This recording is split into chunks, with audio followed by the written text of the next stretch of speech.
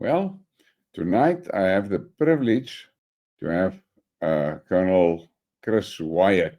Most of you that listen to my channel is familiar with him, and he agreed to do a little bit of a post-mortem of what happened in the White House today.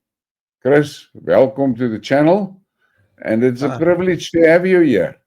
Colin, by Donkey, it's a pleasure to be back. Post-mortem's a good description here after the massacre that occurred in the Oval Office this afternoon.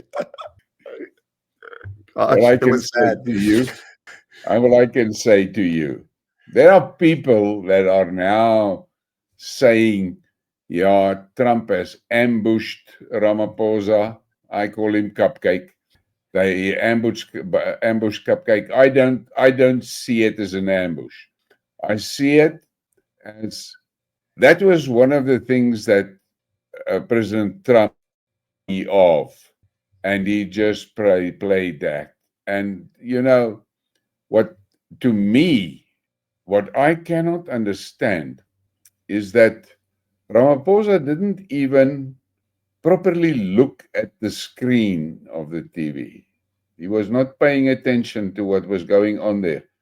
And then that moment when that convoy, that was in the Free State, that convoy with the crosses next to the road, and he asked Trump, where is that? I mean, how the fuck do you do that?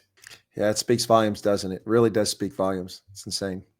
Chris, how can they come back from this? I don't know if they come back from it. And back to your point, the media are describing this as an ambush. I disagree 100%. I would say if you're watching it, which we both obviously did, you will see that Ramaphosa, as the guest, rudely interrupted Trump when a journalist asked a question about this.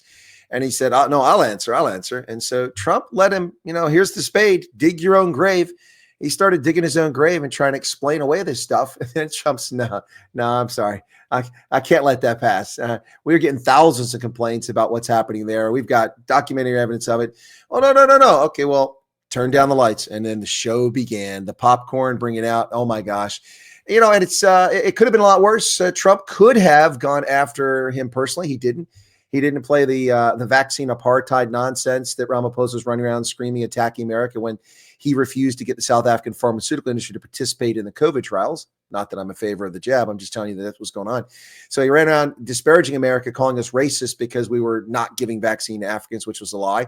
He didn't play the part where he says, Trump can keep his America, we'll keep our South Africa.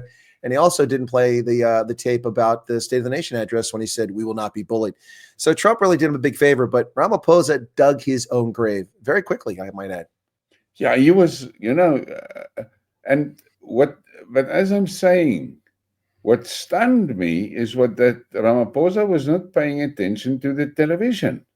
Yeah, no, you're good. Good point. I'm sorry, I missed that. Yeah, it wasn't just him, but I saw the other video from where Elon Musk was standing. I don't know if it was Musk or someone else recorded where Kumbutsu Ntshavheni was sitting there. She had a smirk on her face and wouldn't turn her head around to see it.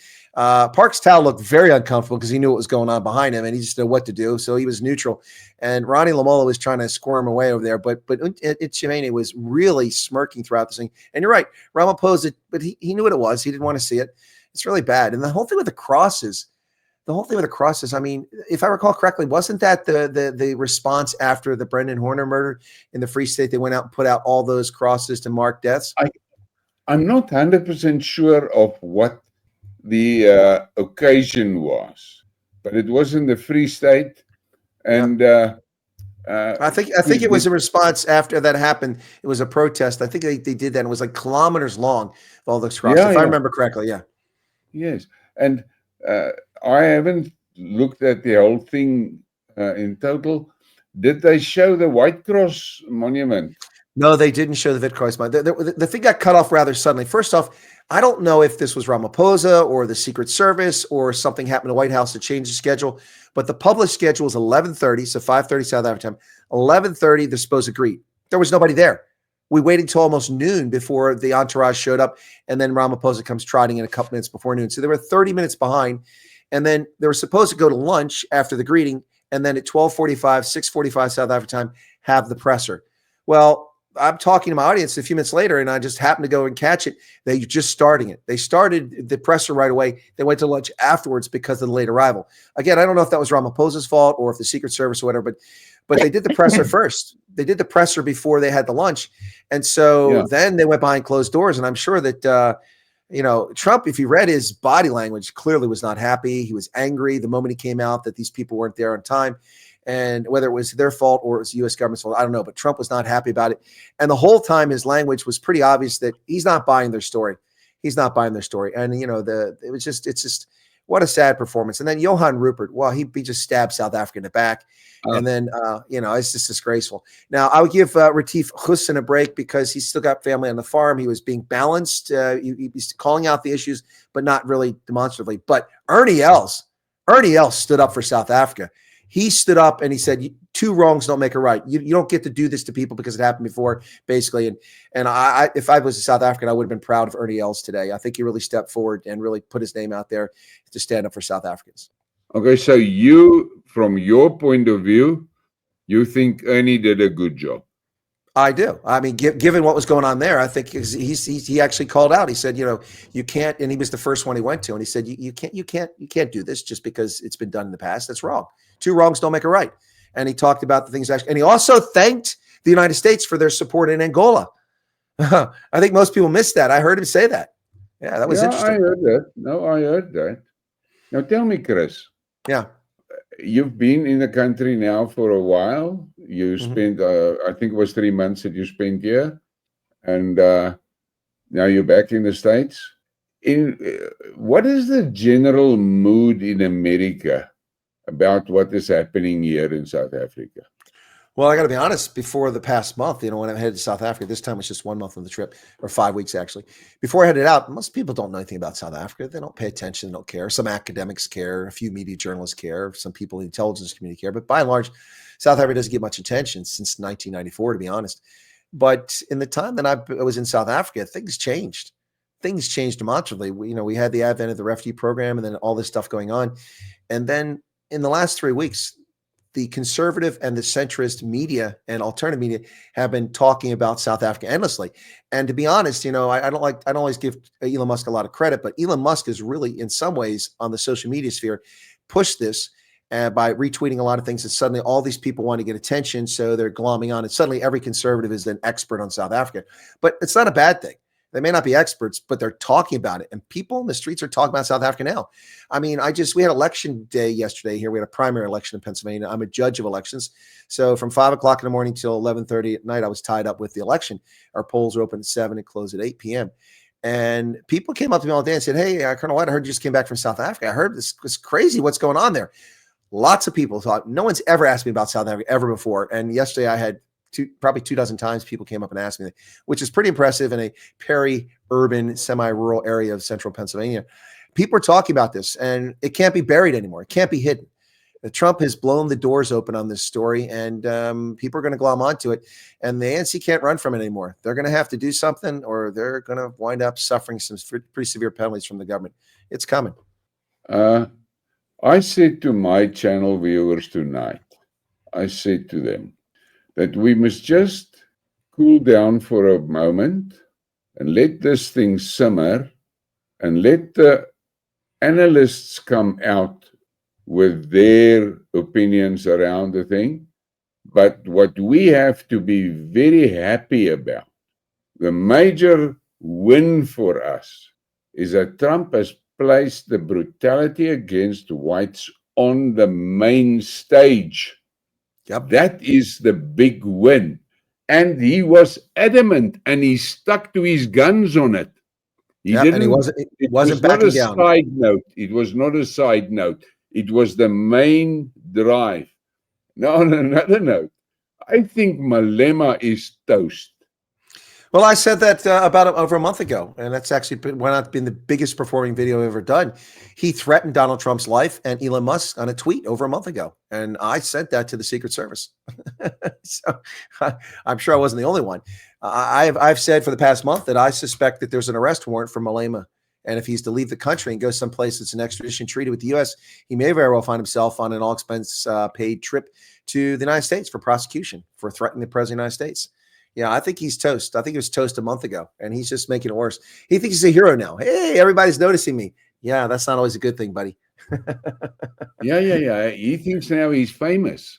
Yeah. He's famous for all the wrong reasons. Manuel Noriega is famous too. He wound up in a federal prison the rest of his life. Fact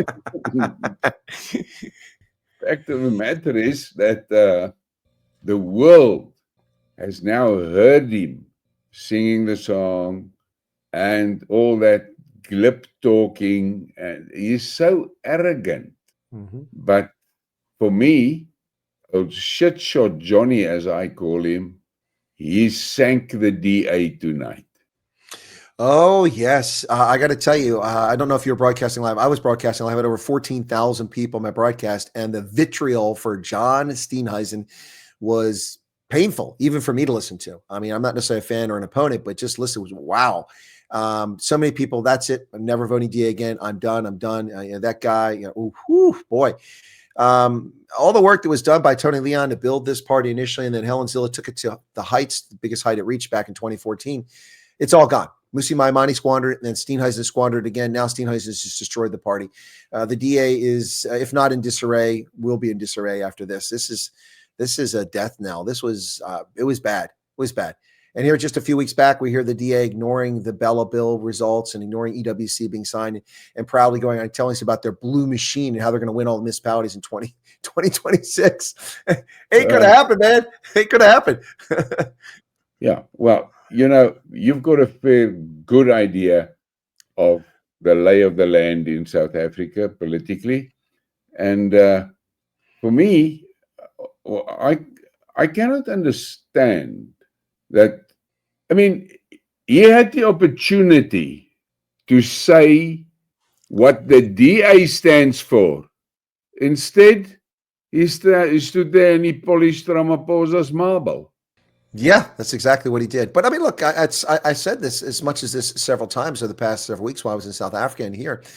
He's in a position that's untenable. He should not have done what he did. He should have stayed the leader of the DA and been either in opposition or stand up to things, or he should have become a cabinet minister. He chose to do both. Peter Groenewald tried both, and it didn't work. And so he didn't resign. He left the leadership when his time ran out, and he focuses on correctional services. And now Corné Mulder runs the party, as it should be. He's got two different bosses. He's got the voters and his members of parliament, his caucus. That's a very different beast than the president of the republic. Today, he served the president of the republic, not the people of South Africa. And people are not going to forgive him or the Democratic Alliance for that. For sure. I think it was a death blow. There's something I want to run by you. Mm-hmm. Now you must buckle down. All right. Strap down. All right, hang on. Do I need to bring my bugger off bunny into play? Have you seen my bugger off bunny? That's the bugger off bunny. Let me tell you this, Chris. Okay. I am of the opinion, and I mean, I published a Skidmark in July 2023. Okay. And I said, South Africa is on the road to be balkanized. Mm-hmm.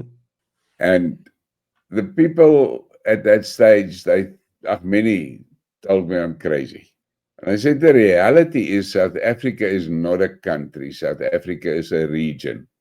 But nobody wants to really acknowledge that fact. The National Party had a massively effective state machine to control the country.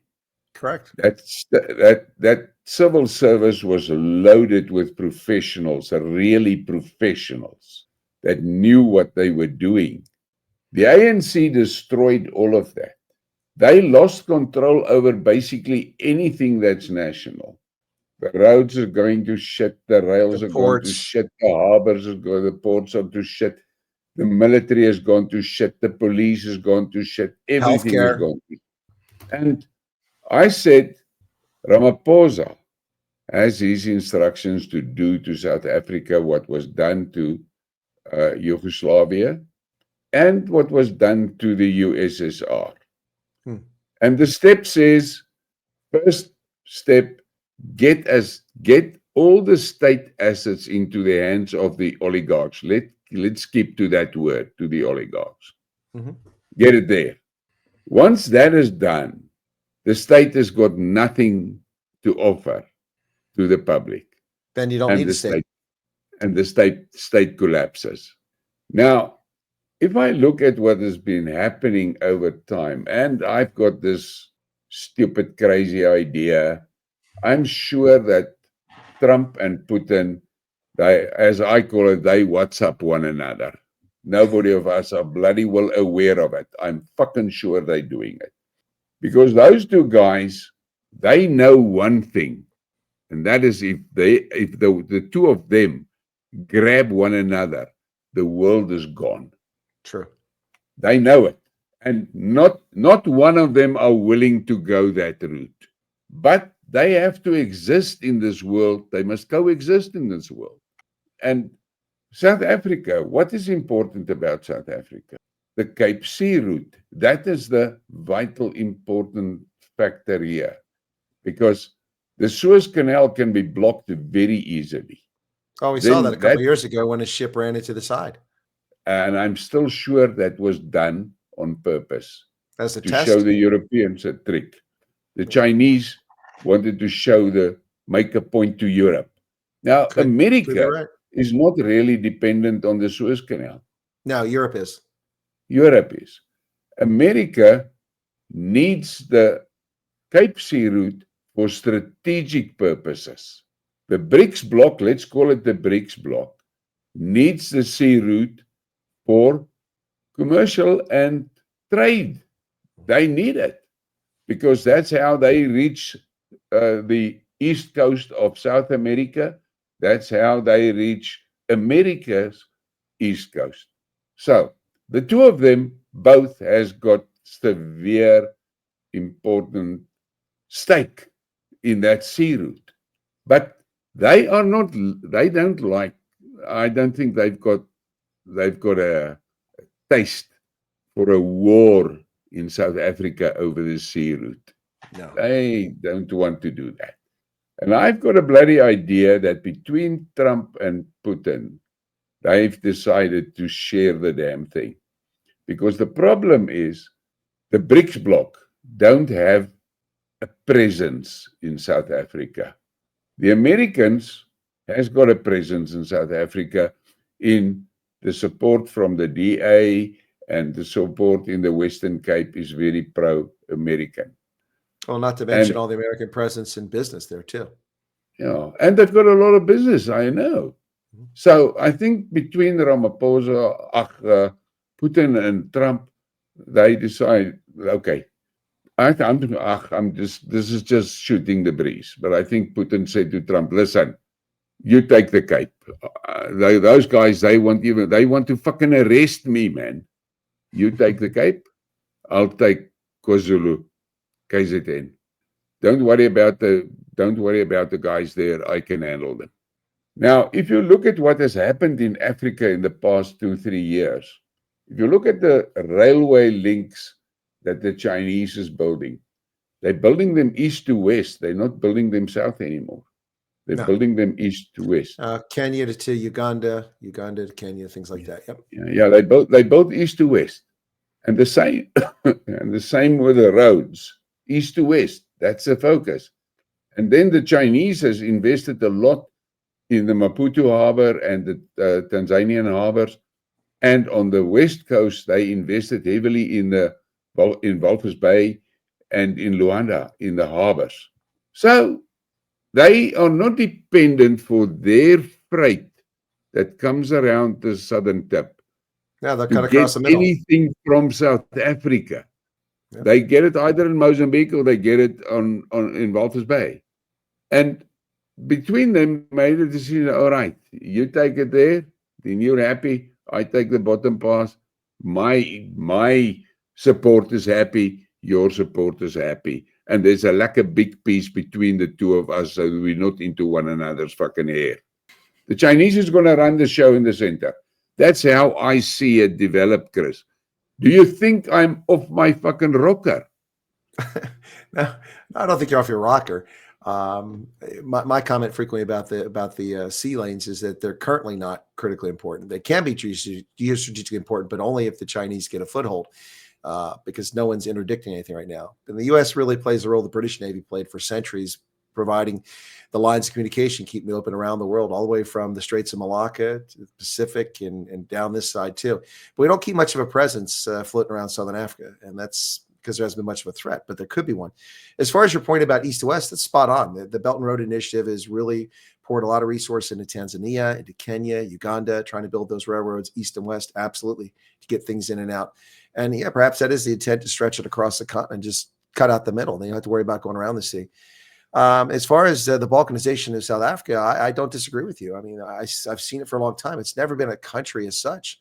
It was a collection of Boer republics and African kingdoms and British colonies, all melded into one after, the Union of South Africa Act. And then poof, we got South Africa. And Balkanization, sure, the Western Cape, Northern Cape easily break away. And even with whether the Russians are involved or not, I see KZN going its own way at some point too, potentially, because the Inganyama Trust and the Zulu. That's is about as homogenous as you're going to get. So yeah, I could see this. It's South Africa is the ANC's destroyed this country in so many ways. It's so sad to see that they've taken it down so far. It's the infrastructure is gone and collapsing. There are exceptions. There are a few spots of excellence still. I mean, but I got to tell you, Colyn, I was just in Santon City, and I mean, I went a pothole this wide and half a meter deep on Santon Drive, turning to go to the Da Vinci Tower. I mean, that's like the richest square mile of Africa, and there's a pothole out there, and it didn't form yesterday. It's been there for ages. It hasn't been fixed. It's ridiculous. And in Pretoria, oh my goodness. I stayed in Pretoria East and came across Linwood, where they're constantly doing work. So there aren't really potholes, but there's construction there. It slows traffic down. But then when I got across the motorway and I went to the west side of Linwood into town, down in the direction of Loftus, oh my goodness. I was like a South African. I wasn't driving left or right. I was driving what was left of the road. I couldn't believe how many potholes there were in Pretoria. It's insane. That's just since last year. The collapsed infrastructure in Pretoria is shocking in the past year. And it's the same thing in Joburg. It's such a mess, such a mess. But yeah, the balkanization, I can see that happening easily. Okay, now what I want to say, for the balkanization to happen, the central government must collapse. Yeah, well, I mean, we've already seen a dress rehearsal, July 2021. I mean, June 29th, the Constitutional Court said that Zuma's got to go to jail. At Escort, I think it was, the correctional facility. And I predicted what was going to happen. I didn't know it was going to be as big as it was, but look what happened in KZN and in Soweto. That, to me, was a dress rehearsal for what could be coming. And it's interesting that the government allowed it to happen. Remember, Ramaphosa ignored it for 4 days. He didn't say anything about it. He's busy telling us to put on our mask. Wear your mask. Looking for his iPad. Yeah. I'll never forget that. So for 4 days, he ignores it. The police have no bullets. They run out of live ammunition. They run out of rubber bullets. Private citizens flying in their planes, ammunition to help them. Then the military comes down. They don't have rations, so they go stand in the front of the queue, skipping the queue so they can get food at what few stores haven't been torched. It's the official figure is 354 people dead. I'm sure it was a couple of thousand at least were killed in KZN alone. It was insane what was going on. If it wasn't for citizens taking safety and security into their own hands, it would have been much worse. But now they're just trying to disarm all the private security. And of course, that's just a prelude to coming for everybody else's guns. It's not looking good, my friend. Not looking good. Now, I am of the opinion that the Trump administration has decided the ANC must go. Because if you look at what is happening and you see the steps that Trump has taken, it is not so much aimed at the country, but as it is aimed at the ANC specifically. And the case at the ICJ against Israel has unleashed what I call the budgies on the ANC. They're angry. And those people has got a lot of financial influence in South Africa. And Trump only closed the taps on aid. He did not put any sanctions. No. He just closed the taps. No embargo, no tariffs, no sanctions. Yeah. Those taps affected services that the ANC was, telling the people that they are doing it. Right, but they're not doing it anymore because we were paying it, and they were taking credit for it. Yeah, I know. So they were floating. They were sailing on the US aid ship. Yep. Now that ship is gone. They got to do it themselves. They don't have the money. They don't have the They money. don't have the money. And because they've been stealing too much. Correct. They've been stealing all the money. And now all of a sudden, you sit here with a situation that this central government, what gives a state the right to call itself a state? Civil service. There's nothing that's operational. You cannot show me one single government department that is functioning. Not one. Yep. So I think we are close to that collapse. But here comes that shit part. I think that was Ramaphosa's instructions to collapse the government. Well, I mean, whether it was his instructions or not, that's certainly the direction it's headed. If that was his intent, success. If it wasn't his intent, well, look where we got ourselves at now. No, it's not good. I've already been calling South Africa a failed state for almost 2 years now. I mean, it is. They don't deliver services. There's no criminal justice system whatsoever. People whacked with impunity. I mean, look at the kidnappings and the cash in transit heist and the rural attacks, the farm attacks, just the gender-based violence. There's no respect for life, and there's no real deterrent to stop people. Look at the assassination of Babita Deokaran. All that woman did was her job as an accountant and go, wait a second, this doesn't make sense. And she reported it. And for that, she was assassinated. Yeah. It's insane. It's insane. That's why I'm saying, I think it was Ramaphosa's instruction. You have listened to a few of my things. You know that I talk about XXX, and that's the globalists. And they are fully in control of Cyril Ramaphosa. He's a puppet, man. And I think they want this thing to break up. And now Trump is so focused on the ANC, and I have said it to my viewers on my channel many times that Trump is not going to slack off until the ANC is gone. But now, in other parts of the world, if they push for a regime change, it usually is associated with military intervention and violence like hell. In South Africa, it looks to me that they have decided the cheapest option for them is to break the ANC financially. Well, that's not going to be hard to do. They haven't got any money. The only money they have is coming from Tehran or the Chancellor House or the Bato Trust. I mean, so I don't think I've got a crazy theory. I've got a crazy theory about that money from Iran, and I'm sure the Iranians, they were instigated by someone, which I'm not going to mention, to give the ANC the money on condition they take Israel to the ICJ. Oh, I don't doubt that at all. I mean, I believe you're onto something there. Fell into that trap. Look at it now from this way. You're American. I'm a South African. I've got a good view of BRICS because I'm sitting here in this part of the world. You obviously are not pro-BRICS because of your position, and I understand that 100%. But we are two individuals, adults, that talk about these things that we see happening. And the BRICS collective was set up with the understanding that they will not interfere in internal affairs of the BRIC members. That was the backbone of BRICS. No interference. But Xi Jinping and Putin, they sit and they see how this ANC is fucking South Africa up to an extent that it's becoming useless to everybody. Yeah. And they've got the bloody problem. If they should ever be found instrumental in a regime collapse in South Africa, it will fuck the BRICS PR completely. So they say, okay, Iran, those guys on deep shit. Give them the money, but on condition they take the Israelis to the ICJ. And they knew once that happened, they're going to fucking unchain the wrath of the, as I call them, the budgies. And the budgies has got so much power financially in South Africa that they can kill the fucking ANC. And this is what we are seeing happening now. Between Trump, that closed the aid taps, and the budgies putting the financial pressure on the ANC.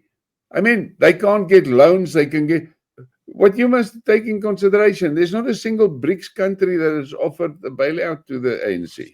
Oh, not at all. And in fact, the money that was coming from the IMF and World Bank, it dried up in 2021 because they took $4.3 billion and it just disappeared, just gone from those two. And they had money from the African Development Bank. That's not coming. Even the BRICS Bank, which gave them $1 billion back then, isn't offering anything now. No, the taps are run dry around the world. People have lost patience with the ANC everywhere. I don't know any. They're as popular as syphilis, honestly. Well, so I'm back to my position. Trump is not going to stop until the ANC has fallen.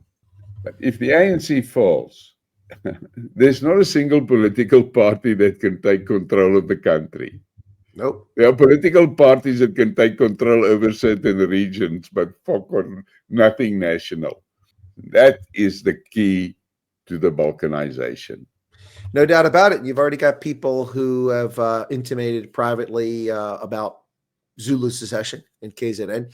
And of course, we've had these three movements in the Western Cape that have been squawking for a number of years about Cape independence.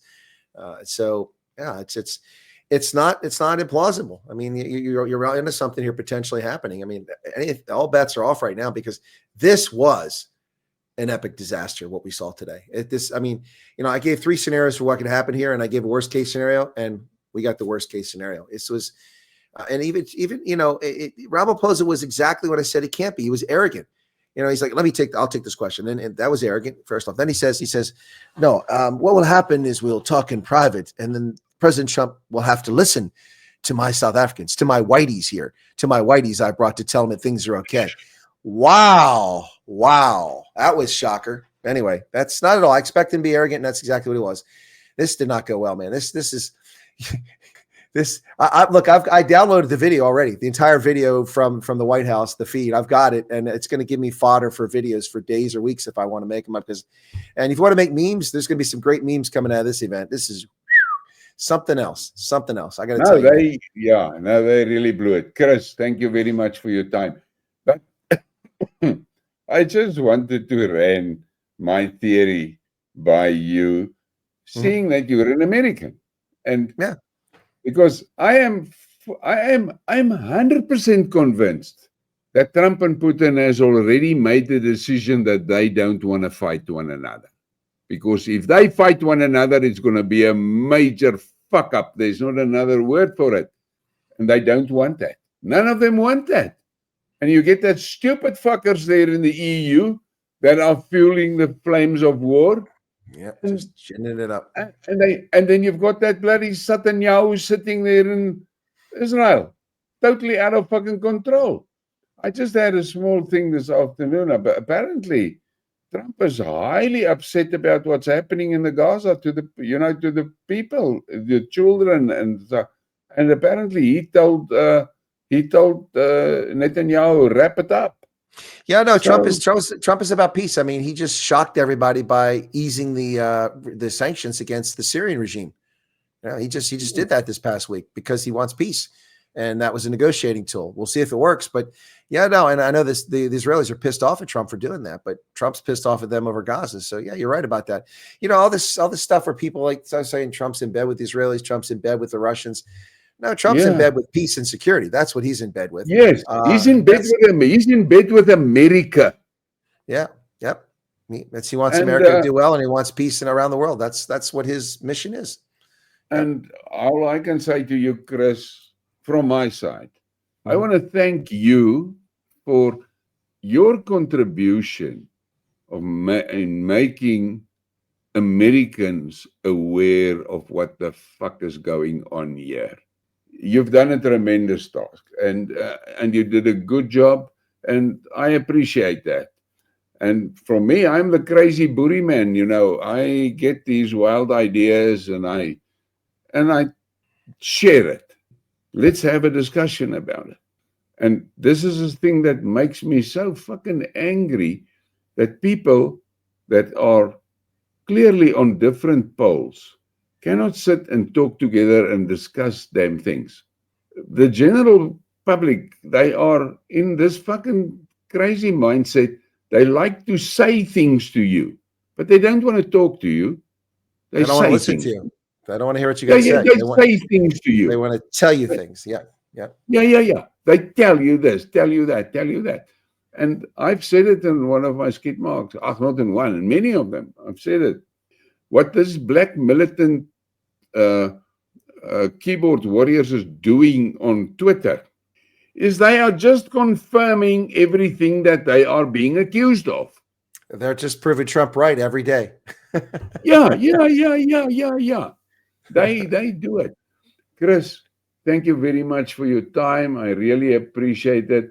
And the Boerie man listens to what you say. I take note. I don't agree with everything that you say, but we have different departure points. That is the big problem that people need to take cognizance of when they engage. Just where does this guy come from? So that you can find, and then you can understand. I mean, many years back when I was actively involved in SimCity, and I did building designs and things like that, we were in that creative part of it. One of the guys in our group was from Canada.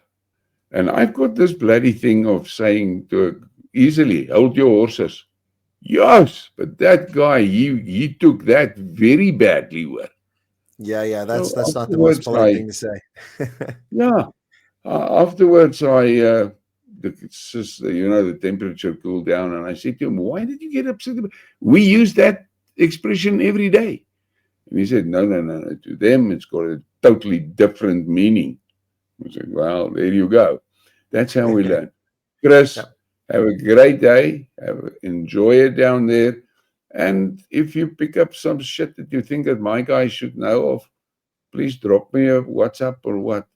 And from South Africa, I say, good night, Chris. Is there something you want to tell my viewers?